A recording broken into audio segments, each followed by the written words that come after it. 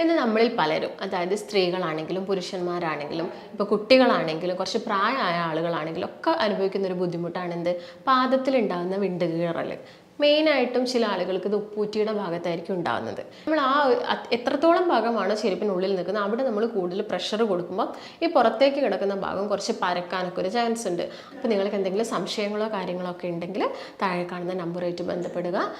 ഇങ്ങനെ വിണ്ടുകീറലിനും അതുപോലെ തന്നെ പാദത്തിന് വരുന്ന കാലിനടിയിൽ വരുന്ന ചൊറിച്ചിലിനും കാര്യങ്ങൾക്കൊക്കെ നമ്മുടെ ആയുർവേദത്തിൽ ഒരുപാട് എഫക്റ്റീവായിട്ടുള്ള മെഡിസിൻസും ഒക്കെ അവൈലബിൾ ആണ്. നമസ്കാരം, ഞാൻ ഡോക്ടർ ഭാഗ്യ, Q&B ഹെൽത്ത് കെയറിലെ ആയുർവേദ ഫിസിഷ്യനാണ്.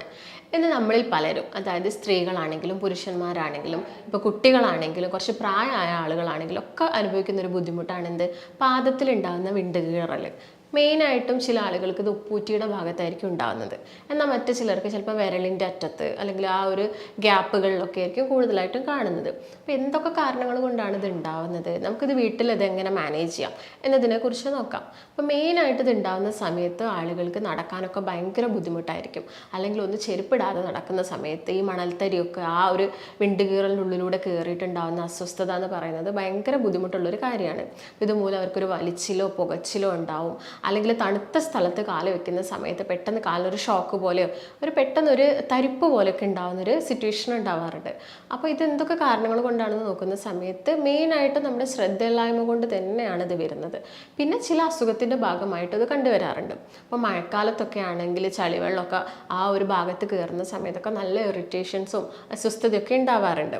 അപ്പം മെയിനായിട്ട് നമ്മൾ മനുഷ്യരെന്ന് പറയുന്നത് നിവർന്ന് നടക്കുന്ന ആളുകളാണ്. അതുകൊണ്ട് തന്നെ നമ്മുടെ വെയിറ്റ് കൂടുതലായിട്ടും ബിയർ ചെയ്യുന്നത് നമ്മുടെ മുട്ടും അതുപോലെ തന്നെ നടുവും കാലിൻ്റെ പാദമൊക്കെയാണ്. അപ്പോൾ കാലിൻ്റെ പാദത്തിൻ്റെ അടിയിലുള്ള തൊലി എന്ന് പറയുന്നത് കുറച്ച് കട്ടി കൂടുതലായിരിക്കും. കാരണം കൂടുതൽ വെയിറ്റ് കേന്ദ്രീകരിക്കുന്നത് ആ ഒരു ഭാഗത്തേക്കാണ്. അതുകൊണ്ട് തന്നെ കൂടുതൽ ആ ഒരു പാദത്തിൻ്റെ അടിയിലുള്ള തൊലിക്ക് കുറച്ച് കട്ടി കൂടുതലായിരിക്കും. അല്ലാത്ത കേസുകളിൽ നമ്മൾ കാണാറുണ്ട് പാദത്തിൻ്റെ അടിയിൽ ആ ഒരു തൊലിക്ക് കുറച്ചധികം കട്ടി അല്ലെങ്കിൽ ചെറിയൊരു നിറവ്യത്യാസത്തിലൊക്കെ കണ്ടുവരുന്നത്. അതിനെ നമ്മൾ കാലസ് എന്നാണ് പറയുന്നത്. കാലസ് ഫോർമേഷൻ, അതായത് വെയിറ്റ് കൂടുന്നതിനനുസരിച്ചും ഈ ഒരു പ്രശ്നം ആളുകളിൽ കണ്ടുവരാറുണ്ട്. തൊലിക്കടിയിൽ നമ്മുടെ പാദത്തിൻ്റെ തൊലിയുടെ ആ ഒരു അടിഭാഗത്തായിട്ട് ഒരു ചെറിയൊരു ലൈറ്റ്, ഒരു മഞ്ഞ നിറം പോലെയൊക്കെ അല്ലെങ്കിൽ എന്തെങ്കിലും ഒരു കളർ വ്യത്യാസത്തിൽ കാണും. ഇതിൻ്റെ ഒരു കാരണം നമ്മുടെ വെയിറ്റ് ആ ഒരു ഏരിയയിൽ ബാലൻസ് ചെയ്യാൻ വേണ്ടിയിട്ടാണ് ഇങ്ങനൊരു കാലസ് ഫോർമേഷൻ നടക്കുന്നത്. അപ്പോൾ അവിടെയുള്ള തൊലിക്ക് കട്ടി കൂടും. പിന്നെ കുറേ സമയം നമ്മൾ നടക്കുന്ന സമയത്ത് അല്ലെങ്കിൽ വെയിറ്റ് നമ്മുടെ ശരീരഭാരം കൂടുന്ന സമയത്തൊക്കെ അത് പൊട്ടാനുള്ളൊരു ചാൻസ് ഉണ്ടാകുന്നുണ്ട്. അപ്പം ഒരു എക്സ്റ്റേണലി പുറത്താണ് ഇങ്ങനെ പൊട്ടുന്നതെങ്കിൽ നമുക്ക് വലിയ വേദനയോ കാര്യങ്ങളോ ഒന്നും ഉണ്ടാകുന്നില്ല. പക്ഷേ ഇത് പൊട്ടിയിട്ട് വിണ്ട് കീറൽ പോലെയായിട്ട് കുറച്ച് ഉള്ളോട്ടൊക്കെ പോകുന്ന സമയത്താണ് ഈ വേദന കൂടുന്നത്. അതിനുള്ളൊരു കാരണം പുറത്ത് നെർവ്സ് അഥവാ നാഡികൾ വളരെ കുറവാണ്.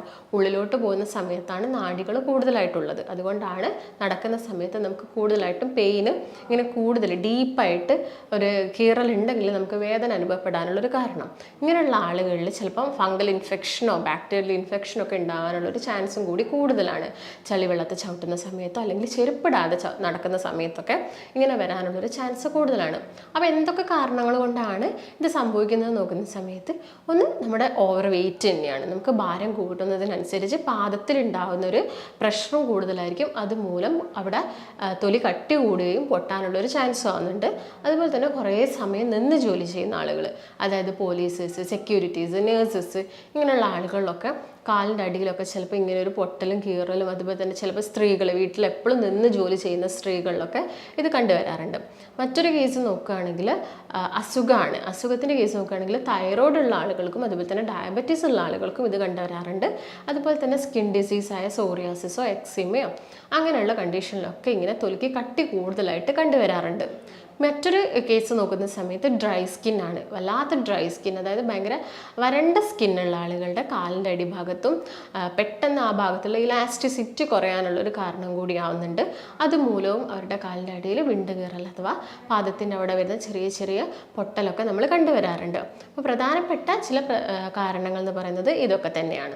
അതുപോലെ തന്നെ മറ്റു ചില കാരണങ്ങൾ നോക്കുകയാണെങ്കിൽ നമ്മുടെ ശരീരത്തിൽ ഉണ്ടാകുന്ന അയേൺ, സിങ്ക്, കാൽഷ്യത്തിൻ്റെ ഒക്കെ ഡെഫിഷ്യൻസി മൂലവും നമുക്കിങ്ങനെ വിണ്ടുകീറൽ കീറലൊക്കെ ഉണ്ടാവാം.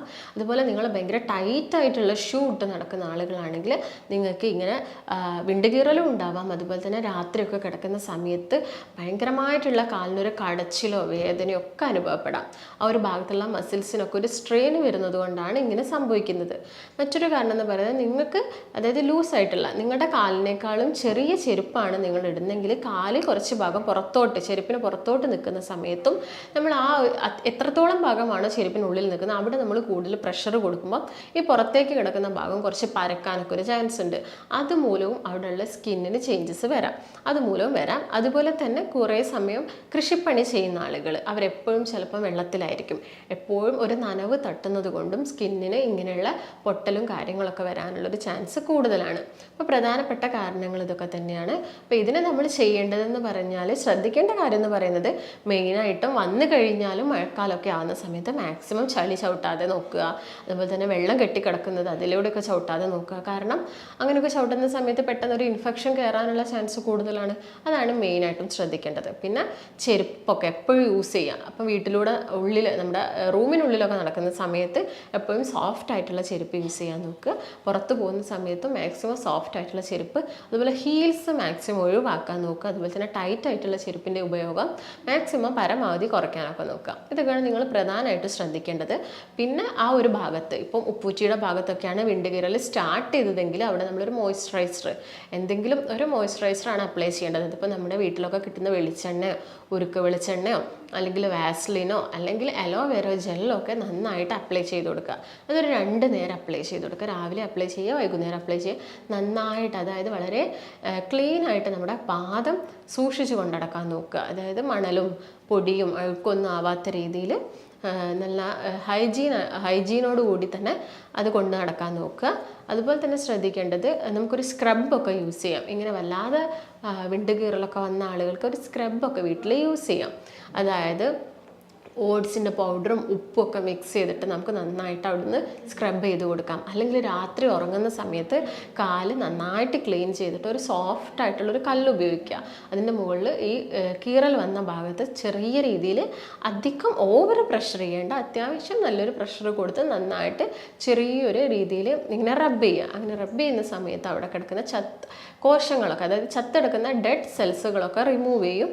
എന്നിട്ട് ആ ഭാഗത്ത് നന്നായിട്ട് അലോവേര ജെല്ലോ അല്ലെങ്കിൽ വാസ്ലിനോ ഒക്കെ അപ്ലൈ ചെയ്തിട്ട് ഷൂ ഒക്കെ ഇട്ടിട്ട് കിടന്നുറങ്ങുന്നതായിരിക്കും കുറച്ചും കൂടി നല്ലത്. സോക്സ് ഒക്കെ ഉപയോഗിച്ചിട്ട് രാത്രി കിടന്നുറങ്ങാൻ നോക്കുക. അപ്പോൾ പുറത്ത് പോകുന്ന സമയത്താണെങ്കിൽ ലൂസായിട്ടുള്ള അധികം കുടുങ്ങി നിൽക്കുന്ന ഷൂ ഒക്കെ ഒഴിവാക്കിയിട്ട് നടക്കുന്നതായിരിക്കും ഏറ്റവും നല്ലത്. അപ്പോൾ മെയിനായിട്ട് നിങ്ങൾ ശ്രദ്ധിക്കേണ്ടത് ഇത്രയും കാര്യങ്ങൾ തന്നെയാണ്. അപ്പോൾ നിങ്ങൾക്ക് എന്തെങ്കിലും സംശയങ്ങളോ കാര്യങ്ങളോ ഒക്കെ ഉണ്ടെങ്കിൽ താഴെ കാണുന്ന നമ്പറുമായിട്ട് ബന്ധപ്പെടുക.